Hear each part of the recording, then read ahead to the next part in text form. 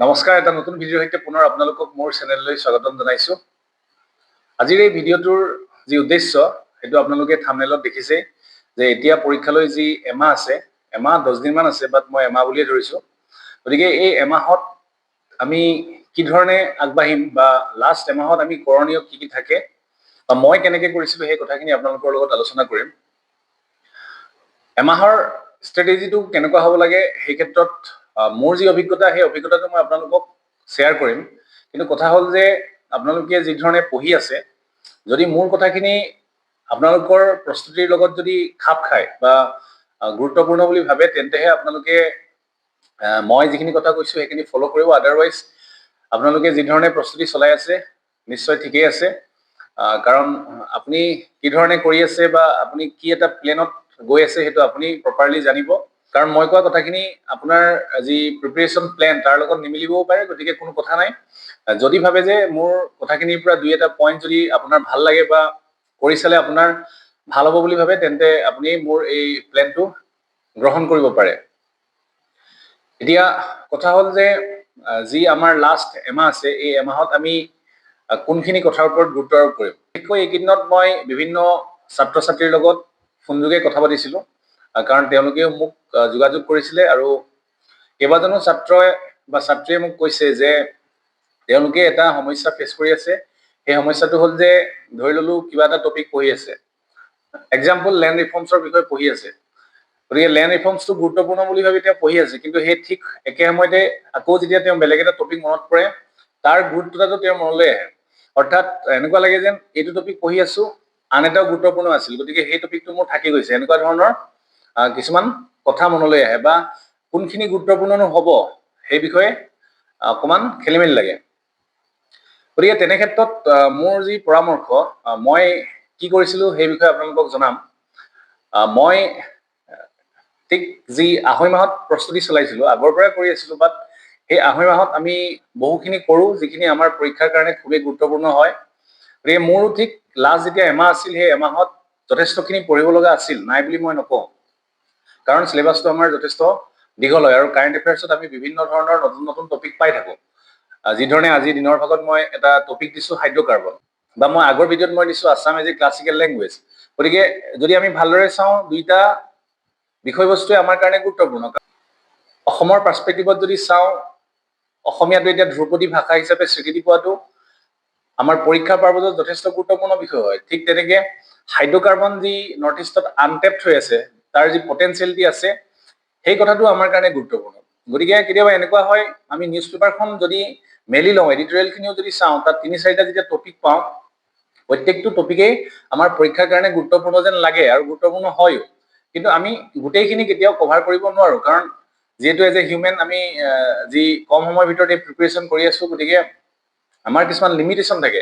গতিকে সেই লিমিটেশ্যনটোক আমি অভাৰকাম কৰি তাক পৰীক্ষাৰ কাৰণে আমি কি ধৰণে এটা পজিটিভ ৱেত আমাৰ কনফিডেন্সটো গেইন কৰি আমি পৰীক্ষাত বহিম, সেইটো এটা ডাঙৰ চেলেঞ্জ হৈ পৰে। গতিকে তেনেকুৱা পৰিস্থিতিত মই ক'ব খোজা কথাটো এইটোৱে হ'ল যে, ধৰি ললো মই যদি এটা টপিক পঢ়ি আছো লেণ্ড ৰিফৰ্মছ, গতিকে সেই লেণ্ড ৰিফৰ্মছৰ টপিকটো পঢ়াৰ ক্ষেত্ৰত মই এটা বেলেগ টপিক পঢ়াৰ যিটো কথা মোৰ মনলৈ আহে, সেইটো মই সেই সময়ত কেতিয়াও নকৰো। মই দৰকাৰ হ'লে লিখি ৰাখিম যে মোৰ মনলৈ আহিছে যে এটা টপিক, বা মই নিউজ পেপাৰত এটা টপিক পালো, ছাপোজ মই ধৰি ললো হাইড্ৰ'কাৰ্বনৰ ওপৰত এটা টপিক মই দেখিলো, চ' মোৰ এইটো বহীত লিখা থাকিব যে হাইড্ৰ'কাৰ্বন। গতিকে নৰ্থ ইষ্টৰ হাইড্ৰ'কাৰ্বন টপিকটো মোৰ পঢ়িবলৈ আছে, বাট মই যিটো সময়ত মই প্ৰেজেণ্টলি মই লেণ্ড ৰিফৰ্মছৰ বিষয়ে পঢ়িছো, গতিকে লেণ্ড ৰিফৰ্মছৰ এই টপিকটোৰ ওপৰত বেছ কৰি পেলাই মই এটা বস্তু চাম যে প্ৰিভিয়াছ ইয়াৰ্ছত লেণ্ড ৰিফৰ্মছৰ ওপৰত UPSC কেনেকুৱা ধৰণৰ কুৱেশ্যন আহিছে। গতিকে সেই টপিকটোৰ ওপৰত সম্পূৰ্ণ মই এটা এনচাৰ ফ্ৰেম কৰিবৰ কাৰণে চেষ্টা কৰিম। তাৰ ওপৰত বেছ কৰি যিটো পুৰণা কুৱেশ্যন আহিছে, তাৰ ওপৰত বেছ কৰি পেলাই লেণ্ড ৰিফৰ্মছৰ টপিকটোৰ ওপৰত মই এটা এনচাৰ ফ্ৰেম কৰিম। ঠিক তাৰপিছত এজ পাৰ ৰুটিন মোৰ যিটো টপিক আছে, ছাপোজ মই লেণ্ড ৰিফৰ্মছ পঢ়িলো, তাৰপিছত মোৰ পঢ়ি ধৰি ললো যে মোৰ এজ পাৰ ৰুটিন মোৰ ইথিক্সৰ কেছ ষ্টাডিজ চাব লগা আছিল, তেন্তে মই কেছ ষ্টাডিজ চাম। গতিকে মই সেই ধৰণে আজি কৰি আহিছো, আৰু সেই ধৰণে কৰাৰ পিছত যেতিয়া লাষ্ট এমাহ আছে, এমাহত মই কিখিনি কৰিম সেইটোৰ ওপৰত মই এতিয়া আপোনালোকক মোৰ কথাখিনি ক'বৰ কাৰণে চেষ্টা কৰিছো। মোৰ এটা পৰামৰ্শ মই আপোনালোকক দিবলৈ বিচাৰিম, আৰু সেই পৰামৰ্শটো হ'ল যে আপোনালোকে আজি পৰ্যন্ত যথেষ্টখিনি পঢ়িছে, সিলেবাছৰ হওক বা কাৰেণ্ট এফেয়াৰ্ছ ৰিলেটেড হওক বা বিভিন্ন চ'ৰ্চৰ পৰা আপোনালোকে যিমানখিনি পঢ়িব লাগে একেলেঠাৰে পঢ়ি গৈছে। এতিয়া সেই ছাত্ৰজনৰ ক্ষেত্ৰত হওক বা আন বহু ছাত্ৰৰ ক্ষেত্ৰত হওক যে দুধুৰ মুধুৰ লাগে, সেই দুধুৰ মুধুৰটো নাইকিয়া কৰিবৰ কাৰণে আমি কি কৰিব লাগিব? প্ৰথম কথা হ'ল যে আমি ৰেণ্ডমলি যেতিয়া পঢ়ি গৈ আছো, এটা বিষয়বস্তু মই যেতিয়া পঢ়ি গৈ আছো, আজি ধৰিলো ইকনমিক্সৰ গোটেই সিলেবাছটো মই পঢ়ি আছো, কালি ধৰি ললো মই আছামৰ বিষয়ে গোটেইখিনি পঢ়িলো। এতিয়া আমাৰ যিটো কনফিডেন্স, সেই কনফিডেন্সটো বিল্ড হ'বৰ কাৰণে বা পৰীক্ষাৰ সময়ত গৈ যিকোনো এটা কুৱেশ্যন এটেম্প কৰি এটা কনফিডেন্ট লেভেলত এনচাৰ কৰিবৰ কাৰণে এতিয়াৰ পৰা মই ভাবো আপোনালোকে কেৱল মাত্ৰ পঢ়ি থাকিলেই নহ'ব। আপোনালোকে এটা কাম কৰিব লাগিব যে আপুনি যিকোনো এটা টপিক ল'ব, যি ধৰণে মই এক্সাম্পল যদি দিওঁ, ধৰি ললো লেণ্ড ৰিফৰ্মছে লৈছো। এতিয়া আপুনি লেণ্ড ৰিফৰ্মছৰ ওপৰত অলৰেডি যিখিনি নোট আছে বা আপুনি যিখিনি বিভিন্ন চ'ৰ্চৰ পৰা নোট তৈয়াৰ কৰি ৰাখিছে, সেই নোটখিনি আপুনি ৰিভাইজ কৰক। ৰিভাইজ কৰি আপুনি লেণ্ড ৰিফৰ্মছৰ ওপৰত প্ৰিভিয়াছ ইয়েৰৰ কিবা কুৱেশ্যন আছে নেকি, কেৱল মাত্ৰ এটা কুৱেশ্যন আপুনি চালেই হ'ল, এগালমান কুৱেশ্যন আপুনি এটেম্প কৰিব নালাগে। আপুনি UPSC বা APSCত পুৰণা যদি লেণ্ড ৰিফৰ্মছৰ ওপৰত কিবা কুৱেশ্যন আছে, আপুনি অলৰেডি যিখিনি নোট বনালে তাৰ বেচিছত যিহেতু আপোনাৰ মনত আছে বা ৰিভিজন কৰি যদি আপোনাৰ মনত ৰৈছে, তাৰ বেচিছত আপুনি এনচাৰ এটা লিখিবৰ কাৰণে বহক। আৰু সেই এনচাৰটো লিখাৰ ক্ষেত্ৰত এটা সম্পূৰ্ণ পৰীক্ষাৰ এনভাইৰনমেণ্টৰ নিচিনাকে লিখক। আপুনি এনেকুৱা নকৰিব যে এনচাৰটো লিখি আছে, তাৰ মাজতে আপুনি আকৌ উঠি গৈছে বা ওচৰত কিতাপ ৰাখিছে, এনেকে আপুনি নকৰিব। আপুনি সেই নিৰ্দিষ্ট কুৱেশ্যনটো এনচাৰ কৰোঁতে আপুনি এটা সম্পূৰ্ণ পৰীক্ষাত যি ধৰণে বহে, সেই ধৰণে বহি পেলাই লিখিবলৈ চেষ্টা কৰক। বহুতে হয়তো এইটো ক'ব যে পৰীক্ষাত যি ধৰণে সম্পূৰ্ণ বহা যায়, সেই ধৰণেও এখন প্ৰশ্ন আপোনাক এটেম্প কৰিবৰ কাৰণে ক'ব পাৰে, গতিকে সেইটো বেয়া কথা নহয়, সেইটো কৰিব পাৰে। কিন্তু মই ভাবো যে বহুতৰ এনেকুৱা হৈ আছে সময়ৰ অভাৱত আৰু সময়ৰ প্ৰয়োজনেই হয়, গতিকে তেনে ক্ষেত্ৰত সম্পূৰ্ণ প্ৰিপাৰেশ্যন কৰি উঠাটো সম্ভৱ নহয়। যিসকলৰ অলৰেডি গোটেইখিনি হৈ গৈছে তেওঁলোকে কৰিব পাৰে, কোনো কথা নাই। কিন্তু যিসকলৰ এতিয়াও যথেষ্টখিনি পঢ়িবলৈ আছে, তেওঁলোকে সিমানখিনি কৰাৰ প্ৰয়োজন নাই। মই কোৱাৰ ধৰণেৰে যিখিনি অলৰেডি পঢ়িছে তাৰ ওপৰত বেছ কৰি পেলাই এনচাৰ লিখাৰ কাৰণে চেষ্টা কৰক।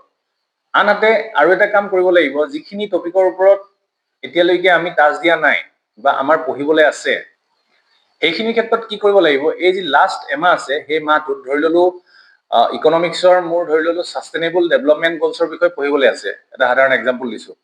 গতিকে এতিয়া মই কি কৰিম, ছাষ্টেইনেবল ডেভেলপমেণ্ট গলছৰ ওপৰত মই বিভিন্ন চ'ৰ্চৰ পৰা এগালমান বস্তু বিচাৰি নলওঁ। মোৰ হাতত যিখন ষ্টেণ্ডাৰ্ড বুক আছে, তাত যদি আছে ছাষ্টেইনেবল ডেভেলপমেণ্টৰ গলছৰ বিষয়ে ভাল, তাত যদি নাই তেতিয়া মই কি কৰিম, মই যিকোনো ৱেবছাইটৰ পৰা ছাষ্টেইনেবল ডেভেলপমেণ্টৰ ওপৰত যিখিনি কথা আছে, যিমানটা ছাষ্টেইনেবল ডেভেলপমেণ্ট গ'ল আছে বা তাৰ লগত জড়িত যিমানবোৰ এক্সাম্পল আছে, সেই গোটেইখিনি মোৰ সন্মুখত ৰাখিম। আৰু কি কৰিম, মই প্ৰিভিয়াছ ইয়েৰৰ ওপৰত বেছ কৰি এটা মই কুৱেশ্যন ল'ম। সেই কুৱেশ্যনটো মই এতিয়া এটেম্প কৰোঁতে, যিহেতু মই ছাষ্টেইনেবল ডেভেলপমেণ্ট গ'লছ এতিয়ালৈকে অকণো প্ৰিপেয়াৰ কৰা নাই, গতিকে মই কি কৰিম, সেই যিটো কুৱেশ্যন, সেই কুৱেশ্যনটো মই এটেম্প কৰিম। মোৰ সন্মুখত যিখিনি চ'ৰ্চ আছে, সেই চ'ৰ্চখিনি ৰাখি, অৰ্থাৎ মই চাই মই সেই যি কুৱেশ্যন মোৰ আছে সন্মুখত, সেই কুৱেশ্যনটো মই লিখিবৰ কাৰণে চেষ্টা কৰিম। বা অন্যথা মই আৰু এটা কৰিব পাৰোঁ যে ছাষ্টেইনেবল ডেভেলপমেণ্ট গলছৰ যদি কোনো কুৱেশ্যনো মই নাচাওঁ, তেন্তে মই কি কৰিম, ফৰ এক্সাম্পল ধৰি ললো ছাষ্টেইনেবল ডেভেলপমেণ্টৰ ইন্ট্ৰডাকশ্যন এটা মই লিখিলো, তাৰপিছত ছাষ্টেইনেবল ডেভেলপমেণ্ট কি হয় তাৰ এটা এক্সাম্পল লিখিলো, আৰু আল্টিমেটলি শেষত মই কনক্লুজন সহ মই এটা এনেকুৱা ধৰণৰ এনচাৰ ফ্ৰেম কৰিলো নিজে, যিটো মই ছাষ্টেইনেবল ডেভেলপমেণ্ট গলছৰ ওপৰত যদি যিকোনো কুৱেশ্যন আহে, কুৱেশ্যনটো যাতে এটেম্প কৰিবৰ কাৰণে মোৰ ওচৰত মিনিমাম এটা যাতে চ'ৰ্চ থাকে, যিটোৰ পৰা মই লিখিবলৈ সক্ষম হ'ম। গতিকে তেনেধৰণে মই কি কৰিম, যিবোৰ কুৱেশ্যন মই এতিয়ালৈকে বা যিখিনি টপিক মই এতিয়ালৈকে প্ৰিপেয়াৰ কৰা নাই বা মই কোনো ধৰণৰ মুখস্থ কৰা নাই বা মোৰ মনত ৰোৱা নাই, তেনেকুৱা বিষয়বস্তুবোৰ মই যেতিয়া এনচাৰ এটেম্প কৰিম বা মই সেই টপিকবোৰ পঢ়িম, মই এটা ষ্টেণ্ডাৰ্ড এনচাৰ বনাই ৰাখিম। আৰু সেই এনচাৰটো বনাই ৰাখোঁতে আপুনি চাই বনাই ৰাখিব, কাৰণ অলৰেডি আপুনি সেই বিষয়ত কোনো ধৰণৰ নলেজ নাই। মই জাষ্ট এক্সাম্পল দিছোঁ ছাষ্টেইনেবল ডেভেলপমেণ্ট গলছ, কিন্তু আমাৰ গোটেই চিলেবাছটোত এনেকুৱা কিছুমান আছে যিবোৰ আমি খুব কম পঢ়া হৈছে বা আমি পঢ়িবলৈ বাকী ৰৈছে। যেনেকে ধৰি ললো প্ৰেচাৰ গ্ৰুপছৰ ওপৰত থাকে, প্ৰেচাৰ গ্ৰুপ বিলাকৰ ওপৰত থাকে, কোঅপাৰেটিভ ছ'চাইটিৰ ওপৰত থাকে, এনেকুৱা ধৰণৰ টপিকবোৰৰ ক্ষেত্ৰত আমি চেলিয়েণ্ট পইণ্টছখিনি লিখি ৰাখিম আৰু লিখিম চাই। আৰু তাৰপিছত কি কৰিম, আমি অল্টাৰনেটিভ ডেইজত আমি ৰিভাইজ কৰি যাবৰ কাৰণে চেষ্টা কৰিম। যেনেকে ধৰি ললো আজি মই যদি পঢ়িছো, সেই টপিকটো মই অহাকালিলৈ ৰিভাইজ কৰিম। ঠিক থাৰ্ড ডেও মই ৰিভাইজ কৰিম, ফ'ৰ্থ ফিফ্থ মই নকৰিলে আকৌ 6 ডে বা 7 ডেজ মই মানে উইকলি আকৌ ৰিভাইজ কৰিম। তেনেধৰণে মই ৰিভাইজ কৰি কৰি গৈ থাকিম। গতিকে তেনেধৰণে আমি সেই ক্ষেত্ৰত কৰিব লাগিব যিবোৰ টপিক আমি এতিয়ালৈকে একেবাৰে টাচ দিয়া নাই। আনহাতে এই গোটেই পৰীক্ষাটোৰ ক্ষেত্ৰত আটাইতকৈ গুৰুত্বপূৰ্ণ বিষয় হ'ল এছে। এছে ক্ষেত্ৰতো মই বিভিন্ন ছাত্ৰৰ পৰা এটা কথা পাইছো যে তেওঁলোকে কৈছে যে এছেখনৰ যিটো প্ৰেজেণ্টেশ্যন হয় বা এছেখনক কি ধৰণে লিখিব লাগে ইমানখিনি পেজত বা ইমানখিনি ৱৰ্ডছত, সেইটো তেওঁলোকে কৰিব পৰা নাই। গতিকে সেই ক্ষেত্ৰত মোৰ ক্ষেত্ৰতো কওঁ, মোৰ প্ৰিপেৰেশ্যনৰ ক্ষেত্ৰতো মই সম্পূৰ্ণ এছে এখন কেতিয়াও লিখা নাছিলো। যি 10-15 পেজত যি আমি লিখিব লাগে মেইনছৰ পৰীক্ষাত, সেই ধৰণে মই প্ৰস্তুতি চলোৱা নাছিলো। কিন্তু কিছুমান টপিক মই বাছি লৈছিলো, যিবোৰ টপিকৰ ওপৰত মই ব্ৰেইন ষ্টৰ্মিং কৰিছিলো। মই আপোনালোকক আগতে এটা ভিডিঅ'ত কৈছো যে এছে লিখাৰ ক্ষেত্ৰত কি ধৰণে ব্ৰেইন ষ্টৰ্মিং কৰিব লাগে বা এখন ভাল এছে লিখাৰ কাৰণে কিখিনি দিশ আমি মনত ৰাখিব লাগে তাৰ এটা ভিডিঅ' আপোনালোকক দিয়া আছে। গতিকে আপোনালোকে এটা কাম কৰিব, যিকোনো এটা বিষয় আপোনালোকে ল'ব, ফিলচফিকেল এছে এখনো ল'ব আৰু বাকী আন এখন এছেও ল'ব। সেই দুইখন এছে আপোনালোকে অন্তত তাৰ ওপৰত কিখিনি পইণ্ট আপুনি লিখিব পাৰে সেইটো এটা ব্ৰেইন ষ্টৰ্মিং কৰি পেলাই সেই নিৰ্দিষ্ট টপিকটোৰ ওপৰত যিমানখিনি কথা আপোনাৰ মনলৈ আহে 40-45 মিনিটৰ কাৰণে আপুনি ঘৰতে বহি সেইখিনিৰ ওপৰত লিখিব। এতিয়া মই আপোনালোকক আজি এখন এছে লিখিবৰ কাৰণে দিম বুলি ভাবিছো। এখন আগতে UPSCত আহিছে, কাৰণ ইজি বুলি মই ভাবিছো, ছাবজেক্ট মেটাৰটো ইজি হয়।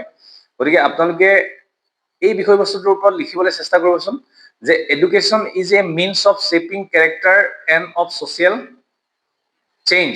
গতিকে এই এছেখন আপোনালোকে লিখাৰ কাৰণে চেষ্টা কৰিব। আপোনালোকৰ নিজৰ ভাল লগা টপিকৰ ওপৰত আপোনালোকে লিখিব পাৰে, বাট এই এমাহত আপোনালোকে এছেৰ কাৰণে কষ্ট কৰিবই লাগিব। অলৰেডি কৰি আছে যদি বহুত ভাল কথা, কিন্তু যদি কৰা নাছিলে এতিয়াৰ পৰা আপোনালোকে অন্তত সপ্তাহত 2-3খন এছেৰ লগত আপোনালোকে জড়িত হোৱাটো খুব গুৰুত্বপূৰ্ণ। সেইটো টপিকে আহিব বুলি কথা নাই, বাট আপোনালোকৰ এই যি অভ্যাস, এই অভ্যাসে পৰীক্ষা হলত এটা কনফিডেন্স দিব। আৰু তেতিয়া আপোনালোকে যিকোনো এছে এখন লিখাৰ ক্ষেত্ৰত যি মানে কেপাচিটি লাগে বা যি ধৰণৰ মনোবল লাগে সেইটো আপোনালোকে এচিভ কৰিব। এতিয়া এই এছেখন লিখাৰ ক্ষেত্ৰত প্ৰথম ইন্ট্ৰডাক্টৰীটো আপোনালোকে বিভিন্ন ধৰণৰ এনেকডটেৰেও কৰিব পাৰে। এনেকডটেৰে কৰাৰ ক্ষেত্ৰত কেনেকুৱা ধৰণৰ ষ্টৰী আপুনি গোটাব পাৰে বা ফ্ৰেম কৰিব পাৰে। ধৰি ললো উইদাউট এডুকেশ্যন, শিক্ষা নোহোৱা এজন ব্যক্তিৰ জীৱনৰ লগত জড়িত ঘটনা আপুনি ৰিলেট কৰি পেলাই এটা ষ্টৰী ষ্টাৰ্ট কৰিব পাৰে। বা আপুনি কোটেশ্যন ল'ব পাৰে, বিভিন্ন ধৰণৰ কোটেশ্যন আছে এডুকেশ্যনৰ ওপৰত, তেনেকুৱা এটা কোটেশ্যন আপুনি লিখি ৰাখিব পাৰে। মই কৈছো কিছুমান কাম আপোনালোকে কৰিব লাগিব এডুকেশ্যনৰ ওপৰত হওক বা ছায়েন্সৰ ক্ষেত্ৰত হওক, আৰ্টিফিচিয়েল ইণ্টেলিজেন্সৰ ক্ষেত্ৰত হওক, উইমেন এম্পাৱাৰমেণ্টৰ ক্ষেত্ৰত হওক, চিলড্ৰেনৰ ক্ষেত্ৰত হওক, এনেকুৱা টপিকবোৰৰ ওপৰত আপোনালোকে 2-এটা কোটেশ্যন মনত ৰাখিবৰ কাৰণে চেষ্টা কৰিব। আৰু এনেকডট যদি সকলো ক্ষেত্ৰতে সম্ভৱ নহয়, তথাপি কিছু কিছু এনেকডট ব্যৱহাৰ কৰি পেলাই এছেখন লিখিবৰ কাৰণে চেষ্টা কৰিব। কাৰণ এনেকডটেৰে আৰম্ভ কৰা এছেখন খুব ইণ্টাৰেষ্টিং হয়, কোটেশ্যন দিলেও ইণ্টাৰেষ্টিং হয়, কোনো কথা নাই। বাট এটা কথা মনত ৰাখিব যে এছেখন লিখোতে ইন্ট্ৰডাকশ্যন পাৰ্টটো খুব বেছি দীঘল হোৱাৰ প্ৰয়োজন নাই। মেইন বডিটো আমাক পাৰফেক্টলি লাগিব আৰু একেবাৰে শেষত কনক্লুজনটো শ্বৰ্ট হ'ব লাগে। এতিয়া এনেকুৱা হয় যে আমি স্কুল লেভেলত যেতিয়া এছে এখন লিখো, এছেখনত যি ধৰণে আমি ইন্ট্ৰডাকশ্যনটো লিখিলো বা বডি পাৰ্টত বিভিন্ন কথা লিখিলো আৰু শেষত কনক্লুজন লিখিলো, তাত এটা ধাৰা মেইনটেইন হৈ থাকে। ধাৰা মানে কি, বহুত শ্বৰ্ট এছে এখন আমি লিখো, 10 নম্বৰৰ কাৰণে লিখো, গতিকে তাত আমি বহুত বেছি চিন্তা কৰিব লগা কথা নাথাকে। কিন্তু এতিয়া আপোনালোকে যেতিয়া দেখিব ইমান এখন দীঘল এছে যেতিয়া আপোনালোকে লিখিবলৈ যাব, তাত সেই নিৰ্দিষ্ট বিষয়টোৰ ওপৰত আপোনাৰ যদি জ্ঞান থাকে বা আপুনি সেই টপিকটোৰ ওপৰত যদি পঢ়িছে, তেন্তে পৰীক্ষাত আপোনাৰ কথাবিলাক ৰেণ্ডমলি আহিব। কিন্তু সেই ৰেণ্ডমলি অহাৰ আগতে আপুনি ঘৰত বিভিন্ন এছেৰ ওপৰত কিছু কিছু প্ৰেক্টিচ কৰিব লাগিব, যিটোক মই কৈছো ব্ৰেইন ষ্টৰ্মিং। মোৰ ক্ষেত্ৰত মই যেতিয়া এছেখন লিখিছিলো, ফিলচফিকেল এছেখনত মই ইথিক্সৰ কথাও সোমোৱাব পাৰিছিলো। মই ইথিক্সৰ বিভিন্ন ফিলচফিকেল যিখিনি কনচেপ্ট আছিল সেইখিনিও ভৰাইছিলো, বা যিকোনো ডেফিনেশ্যনৰ ৰিলেটেড যিখিনি কথা আছিল সেইখিনিও মোৰ তাৰ লগত খাপ খাই গৈছিল। গতিকে ইথিক্স এনেকুৱা এখন পেপাৰ, মই ক'ব বিচাৰিছিলো যে এছেৰ লগতে আমি ইথিক্স পেপাৰখনৰ গুৰুত্বটো এতিয়া বুজি উঠিব লাগিব। লাষ্ট যি আমাৰ এমাহ আছে ইথিক্সৰ ওপৰত যদি এতিয়াও আপোনাৰ পঢ়িবলৈ আছে, তেন্তে আপোনালোকে লাষ্ট এমাহত ইথিক্সৰ পেপাৰখনক খুব গুৰুত্ব সহকাৰে আপোনালোকে শেষ কৰক, যিখিনি টপিক আপোনাৰ পঢ়িব আছে। কাৰণ ইথিক্সৰ বিষয়বস্তুখিনি আমাৰ কেছ ষ্টাডিৰ ক্ষেত্ৰতো লাগিবই, আৰু লগতে আমি এছেত বিভিন্ন ক্ষেত্ৰত প্ৰয়োগ কৰিব পাৰিম। গতিকে মই যিখন এছে লিখিছিলো, এছেখনত বিভিন্ন ডায়েগ্ৰাম ড্ৰ কৰিব পাৰিছিলো। ডায়েগ্ৰাম মই যি ধৰণে 8-fold পাথৰ কথা কৈছোঁ, 8-fold পাথটোৰ কথাও মোৰ তাত মিলি গৈছিল কোনোবা ক্ষেত্ৰত। গতিকে তেনেধৰণে মই এছেখন এটা ধাৰা অব্যাহত কৰি পেলাই মই একেবাৰে শেষৰলৈকে লৈ গৈছিলোঁ। কিন্তু এটা কথা ঠিক, মোৰ যি বিশ্বাস, মই ভাবোঁ যে গোটেই 15 বা 19 পেজ আমি যি লিখোঁ এছে, হয়তো গোটেইখিনি কথা পৰীক্ষকজনে পঢ়ি নাচাবও পাৰে, চোৱাটোতো অনিবাৰ্য, কিন্তু যদি নাচায়, গতিকে তেনেকুৱা ক্ষেত্ৰত আপুনি এছেখনৰ যিটো প্ৰেজেণ্টেশ্যন আৰম্ভণি বা এছেখনক আপুনি ধৰি ললো মই 2-3 পেজ পঢ়োঁতে যিটো ইণ্টাৰেষ্ট গেইন কৰিব পৰীক্ষকজনে, তাৰ ওপৰত বেছ কৰি আৰু কনক্লুজন পাৰ্টটো এই গোটেইখিনি চাই পেলাই আপোনাৰ মাৰ্কিং হ'ব বুলি মোৰ বিশ্বাস। আৰু যদি গোটেইখনটো পঢ়ি যায় ভালেই। গতিকে সেইধৰণে আপোনালোকে এছে কাৰণে বিষয়বস্তু বাছি লৈ সপ্তাহত 3খনকৈ এছে এতিয়ালৈকে প্ৰিপাৰেশ্যন কৰিব লওক। সপ্তাহত 3খন এছে অন্তত সময় দিব লওক, ব্ৰেইন ষ্টৰ্মিং কৰক, আৰু যি মনলৈ আহে 40-45 মিনিটত সেই গোটেই বস্তুৰে লিখি যাব। পাছত আপুনি এবাৰ পঢ়ি নিজে চাব, পঢ়ি চোৱাৰ পিছত আপুনি গম পাব যে কোনখিনি মই লিখিব নালাগিছিল বা কোনখিনি মই অতিৰিক্ত লিখিছোঁ। সেইধৰণে আপুনি অন্তত লিখিবলৈ প্ৰেক্টিচ যদি কৰে, তেন্তে পৰীক্ষা হলত অট'মেটিকেলি আপোনাৰ এটা কনফিডেন্স লেভেল বাঢ়ি যাব। আৰু এটা কথা ঠিক যে আপুনি ভাবি থকা এছিখন পৰীক্ষাত নাহিবও পাৰে, সেই কেপাচিটিটোৱে বিল্ড হ'ব লাগে। এই পৰীক্ষাটোৰ ক্ষেত্ৰত সেইটোৱে চেলেঞ্জ হয়। এটা নতুন কুৱেশ্যন ফেচ কৰিলে আপুনি তাক কি ধৰণে এটেম্প কৰিব, সেইটোৱে হৈছে আপোনাৰ কাৰণে চেলেঞ্জ। এছেৰ ক্ষেত্ৰত সেই কথাখিনি মনত ৰাখিব। আনহাতে মই কোৱাৰ ধৰণেৰে যিখিনি টপিক আপুনি অলৰেডি কমপ্লিট কৰিছে, সেইখিনিৰ লগত আপুনি মাইণ্ড মেপ বনাব পাৰে। মাইণ্ড মেপৰ কথা থাকে, বা আপুনি নতুনকৈ যিখিনি টপিক পঢ়িবলৈ বাকী আছে সেইখিনিত আপোনালোকে মই কোৱাৰ ধৰণে একদম এজ ইট ইজ গোটেই কথাখিনি মনত ৰাখি শ্বৰ্ট এণ্ড প্ৰিচাইজকে আপোনালোকে সেই টপিকটোৰ ওপৰত মাইণ্ড মেপ বনাব পাৰে। বিভিন্ন মাইণ্ড মেপ আমাৰ ইণ্টাৰনেটতো এভেইলেবল আছে। গতিকে সেইধৰণে আপোনালোকে কৰি যাওক। আৰু কোনটো টপিকৰ গুৰুত্ব বেছি সেই কথাখিনি আচলতে গম পোৱা যায় যেতিয়া আমি কাৰেণ্ট এফেয়াৰ্ছ চাওঁ। কাৰেণ্ট এফেয়াৰ্ছ ৰিলেটেড কথাবিলাক বেছি গুৰুত্বপূৰ্ণ বুলি ধৰা হয়। কিন্তু আমাৰ বাৰতো আমি দেখিছোঁ বহু এনেকুৱা কুৱেশ্যনো আহিছে যিখিনি হয়তো কিছু বছৰৰ আগতে নিউজত অহা বা যিখিনি আমি এৱেৰ নাছিলোঁ তেনেকুৱা ধৰণৰ কুৱেশ্যনো আহিছে।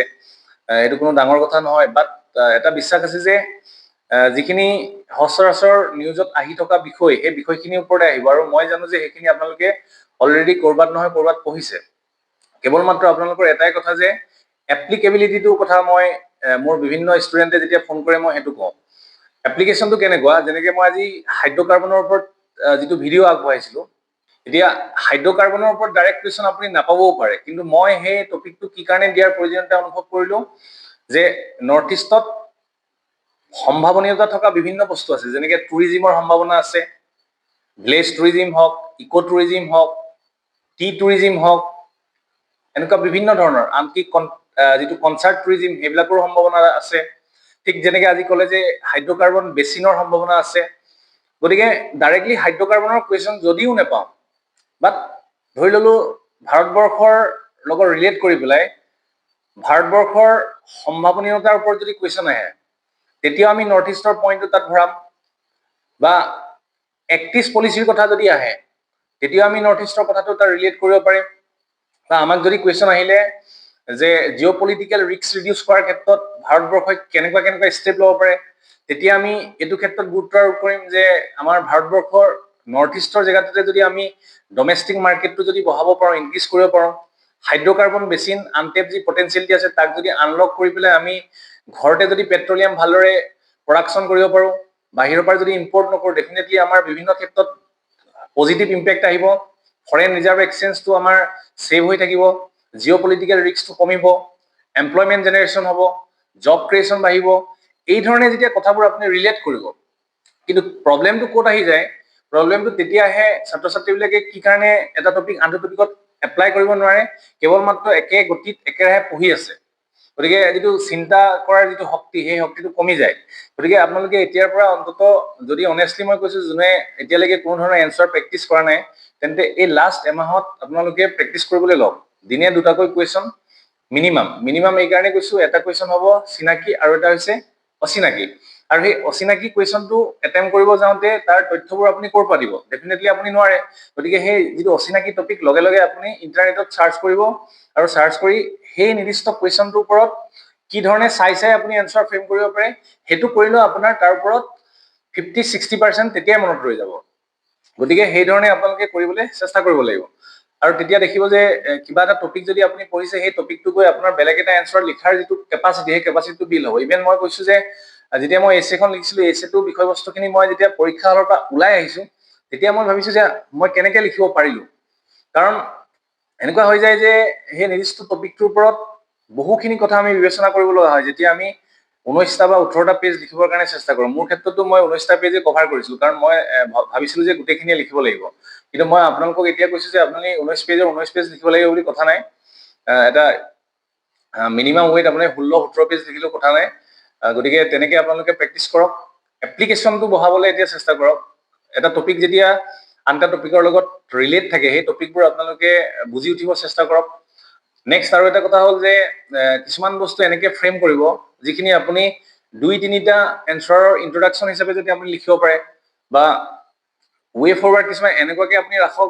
যি ধৰণে আপুনি মই আজি হাইড্ৰকাৰ্বনৰ ক্ষেত্ৰতে কৈছিলো তাত লাষ্টত এটা ৱে ফৰৱাৰ্ড প্ৰেগাপ আছে যিটো প্ৰেগাপ আমি আছে যে with mix of policy reform investment innovation আমি ভাৰতবৰ্ষৰ এই যি এনাৰ্জি ছেক্টৰ সেই এনাৰ্জি ছেক্টৰৰ ক্ষেত্ৰত আমি নৰ্থ ইষ্টক আগুৱাই লৈ গ'লে ভাৰতবৰ্ষৰ যি আত্মনিৰ্ভৰতাৰ যি সপোন সেই সপোনটো পূৰ হ'ব গতিকে এই গোটেই কথাখিনি মই কেৱল আনটেপ পটেঞ্চিয়েলিটি অফ হাইড্ৰকাৰ্বনৰ ক্ষেত্ৰত লিখাই নহয় মই সেই কথাটো আন এটা ক্ষেত্ৰতো লিখিব পাৰিম ইনফ্ৰাষ্ট্ৰাকচাৰ ডেভেলপমেণ্টৰ ক্ষেত্ৰতো লিখিব পাৰিম বা এক্টিছ পলিচিৰ ক্ষেত্ৰতো লিখিব পাৰিম যে যদি নৰ্থ ইষ্টক গুৰুত্ব আৰোপ কৰা হয় ভাৰতবৰ্ষৰ যিমানখিনি সপোন আছে সেই সপোনখিনি পূৰ কৰাৰ ক্ষেত্ৰত নৰ্থ ইষ্টে যথেষ্ট আগভাগ ল'ব গতিকে সেই মই লিখা সেই যিটো ৱে ফৰৱাৰ্ড লিখিছিলো হাইড্ৰকাৰ্বনৰ প্ৰেগাপটোত হাইড্ৰকাৰ্বনৰ টপিকটোত সেইটো মোৰ আন এটা কুৱেশ্যনতো এপ্লিকেবল হ'ব গতিকে এতিয়া আপোনালোকে সেই কিছুমান প্ৰেক্টিকেল কামবোৰ কৰিব লাগিব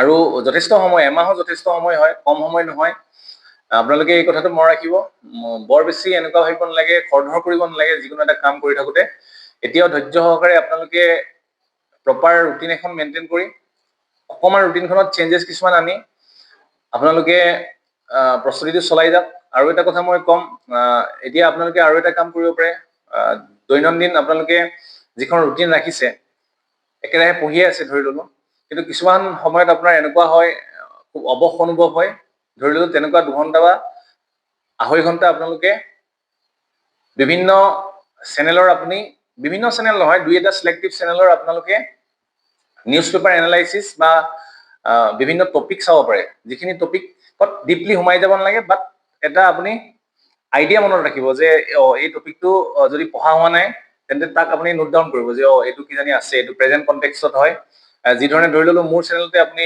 চাইছে মোৰ চেনেলত আজি ধৰি ল'লো হাইড্ৰকাৰ্বনটো গতিকে সেই হাইড্ৰকাৰ্বনৰ ওপৰত আপুনি ধৰি ল'লো 10-15 মিনিট যেতিয়া ভিডিঅ'টো চালে তাত আপুনি যথেষ্টখিনি কথা গম পাব যে ধৰি ল'লো হাইড্ৰকাৰ্বননো কি হয় হাইড্ৰকাৰ্বনৰ পটেঞ্চিয়েলিটি আছে তাক কি ধৰণে আমি আনলক কৰি পেলাই আমি কামত লগাব পাৰোঁ গতিকে তেনেকৈ নতুন কনচেপ্টবিলাক আপুনি পাই যাব আৰু সেইকাৰণে মই কৈছোঁ যে আপোনাৰ এই লাষ্ট এমাহৰ 2 ঘণ্টা বা আঢ়ৈ ঘণ্টা সময় আপুনি কিছুমান নতুন টপিকৰ ওপৰত দিয়াৰ কাৰণে ৰাখক আৰু সেই নতুন টপিকখিনি আপুনি হয়তো কাৰোবাৰ ইউটিউবৰ জৰিয়তে পাব বা নিউজ পেপাৰৰ এডিটৰিয়েল যিখিনি আছে বা নিউজ পেপাৰৰ জৰিয়তে পাব আৰু বহুতে মোক এইটো সুধে যে নিউজ পেপাৰ লাষ্ট এমাহৰ পঢ়িম নে নপঢ়িম একদম যদি সময় নাই কোনো পঢ়াৰ প্ৰয়োজন নাই যদি ধৰি ল'লো আপোনাৰ আমনি লাগিছে পঢ়ি তেন্তে সেই 1 ঘণ্টা বা 1.5 ঘণ্টা সময়ত আপুনি নিউজ পেপাৰখন পঢ়িলে কোনো লোকচান নহয় বৰঞ্চ আপুনি কিছু পইণ্ট এড কৰিব পাৰিব আপোনাৰ প্ৰিপাৰেশ্যনত গতিকে সেই কথাটোৱেই হয় মই কোৱা নাই যে এমাহৰ পৰাই কুৱেশ্যন আহিব এনেকুৱা নাথাকে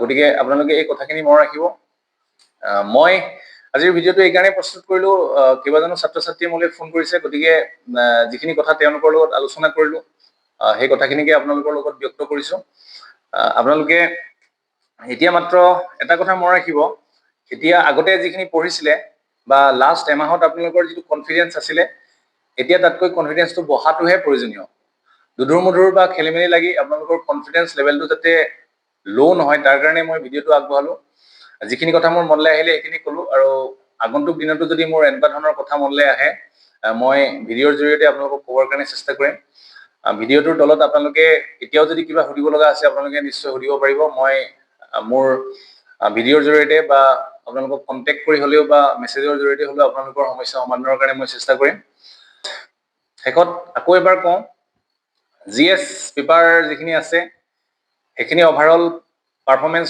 সকলোৰে একেই হয়। ইথিক্স আৰু এছে পেপাৰখনৰ ওপৰত গুৰুত্ব আৰোপ কৰিব, ই আপোনালোকক চেঞ্জেছ আনি দিব। আৰু GS পেপাৰত এটা কথা লক্ষ্য কৰিব যাতে কুৱেশ্যন আপোনালোকে এৰি আহিব লগা নহয়, ই এটা বহুত নিগেটিভ ইম্পেক্ট আনে। মোৰ ক্ষেত্ৰতো হৈছিল, প্ৰথম পেপাৰখনত মই দুটা কুৱেশ্যন এৰি আহিব লগা হৈছিল, কাৰণ ময়ো ইফালে সিফালে চাই চবেই স্পীডত লিখিছে নাই এনেধৰণে চাওঁতে অকণমান সময় লাগিছিল দুই এটা কুৱেশ্যন ভাবোতে। গতিকে সেই ধৰণৰ হোৱাৰ কাৰণে দুটা কুৱেশ্যন লিখাৰ কাৰণে সময়টো কম হৈ গৈছিল। গতিকে পাছদিনাৰ পৰা মই আকৌ সেই যিটো স্পীডটো গেইন কৰিছিলোঁ, আৰু মই ইফালে সিফালে মূৰ তুলি চোৱা নাছিলোঁ, কেৱল মাত্ৰ লিখাত গুৰুত্ব আৰোপ কৰিছিলোঁ। আৰু প্ৰত্যেকটো কুৱেশ্যনতে মই লিখাৰ এটা সময় বান্ধি লৈছিলোঁ। সময়টো যদিও ৰেডিমেডকৈ আমি ভাবিলেও সম্ভৱ হৈ নুঠে, বাট এইটো চাইছিলোঁ যদি এটা কুৱেশ্যনত যদি মোৰ অকণমান সময় বেছি হৈছে, ইটো কুৱেশ্যনত যদি মই কম সময়ত লিখিব পাৰোঁ, তাৰ কাৰণে মই চেষ্টা কৰিছিলোঁ। আৰু মেইনলি আমি ডায়েগ্ৰামৰ সহায়ত বা পইণ্ট ৱাইজ লিখিলে খুব কমতে আমাৰ কথাবোৰ হৈ যায়, পেৰেগ্ৰাফ ৱাইজত লিখিলে যথেষ্ট সময় লাগে। গতিকে সেই কথাখিনি আপোনালোকে লক্ষ্য কৰিব। আনহাতে আৰু এটা কথা হ'ল যে আমি পৰীক্ষাত যেতিয়া আমি প্ৰশ্ন এটা পাওঁ, সেই প্ৰশ্নটো পাওঁ তাক আমি মেইন শব্দখিনি আমি সদায় আণ্ডাৰলাইন কৰিম। আণ্ডাৰলাইন কৰি পেলাই আমি চাম যে কুৱেশ্যনটো কি বিচাৰিছে। কিছুমান কুৱেশ্যন বহুত দীঘল থাকে, প্ৰথমতে ডেছক্ৰিপশ্যন থাকে, তাৰপিছত সেই ডেছক্ৰিপশ্যনটোৰ ওপৰত বেছ কৰি পেলাই ষ্টেটমেণ্টটোৰ ওপৰত বেছ কৰি পেলাই কুৱেশ্যনটো সোধে। গতিকে তেনেকুৱা কুৱেশ্যনৰ ক্ষেত্ৰতো আমি চাম যে কোনকেইটা কথাৰ ওপৰত গুৰুত্ব আৰোপ কৰিব লগা হয়, আৰু সেইটো বেচিছতে আমি লিখিবৰ কাৰণে চেষ্টা কৰিম। বহুতে এনেকুৱা কৰে কি 10 নম্বৰৰ কুৱেশ্যনছখিনি পিছত কৰে, 15 নম্বৰখিনি আগত কৰে। মই কিন্তু একেলেঠাৰে কৰি গৈছিলোঁ, আৰু যিটো কুৱেশ্যন মোৰ লিখিবলৈ মানে মই অপাৰগ হৈছিলোঁ বা লিখিব নোৱাৰিম বুলি ভাবিছিলোঁ, সেইটো মই খালী ৰাখি গৈছিলোঁ। কিন্তু বহুত ডাঙৰ চেলেঞ্জ হৈ যায় ৰাখি যোৱাৰ লগে লগে। আকৌ আপুনি গোটেইখিনি কমপ্লিট কৰি ইয়ালৈ ঘূৰি আহোঁতে আপোনাৰ সময়ৰ প্ৰয়োজন হয়, আৰু তেতিয়া থিংকিং লেভেলটো অকণমান কমিহে যায়, কাৰণ অলৰেডি আপুনি ইমানখিনি ভাবি আছিলেতো। গতিকে যিটো এৰি থৈ গ'ল তাত আকৌ আহি পেলাই ভবাটো দিগদাৰ হৈ যায়। গতিকে যিমান পাৰে একেলেঠাৰিতে লিখি যাবলৈ চাব। বাকী 15 নম্বৰটো আগত কৰে নে 10 নম্বৰটো আগত কৰে, সেইটো আপোনাৰ নিজৰ ডিচিশ্যন হয়। সেই কথাখিনি মই পাছলৈ ৰাখিছোঁ। পৰীক্ষাৰ আগত ডেফিনেটলি মই পৰীক্ষা হলত কৰিব লগা কথাখিনি বা কিখিনি কথা আমি মনত ৰখাটো জৰুৰী হয়, এই গোটেই কথাখিনি আপোনালোকক এসপ্তাহমান থাকোঁতে আপোনালোকক ক'বলৈ চেষ্টা কৰিম মই। এতিয়া এটাই ক'লোঁ যে আপোনালোকে পঢ়ি থাকক, নিজৰ যিটো ষ্ট্ৰেটেজি আছে সেই ষ্ট্ৰেটেজিটো মেইনটেইন কৰি ৰাখক। বিভিন্নজনে বিভিন্ন কথা ক'ব পাৰে, বাট আপুনি যিটো আপোনাৰ কাৰণে ভাল বুলি ভাবে সেইটোৱে কৰক। আৰু মই যিখিনি কথা কৈছোঁ সেইখিনি মোৰ ক্ষেত্ৰত প্ৰয়োগ কৰিছিলোঁ। যদি আপুনি ভাবে যে তাৰ দুই এটা কথা আপোনাৰ লগত যদি জড়িত কৰে বা আপুনি যদি মেইনটেইন কৰে আপোনাৰ কাৰণে ভাল, তেন্তে আপুনি কৰক, অন্যথা কোনো প্ৰয়োজন নাই। আশা কৰিছোঁ আজিৰ ভিডিঅ'টোৱে আপোনালোকক উপকৃত কৰিব, আৰু আপোনালোকৰ যি এই লাষ্ট এমাহ আছে, এমাহৰ যি প্ৰস্তুতি, সেই প্ৰস্তুতিত আপোনাৰ মনোবলটো বজাই ৰখাৰ ক্ষেত্ৰত আপোনালোকক সাহস দিব, সেয়ে আশা কৰিলোঁ। আকৌ এটা নতুন ভিডিঅ'তে লগ পাম। পঢ়ি থাকক, সময় নষ্ট নকৰিব। ধন্যবাদ।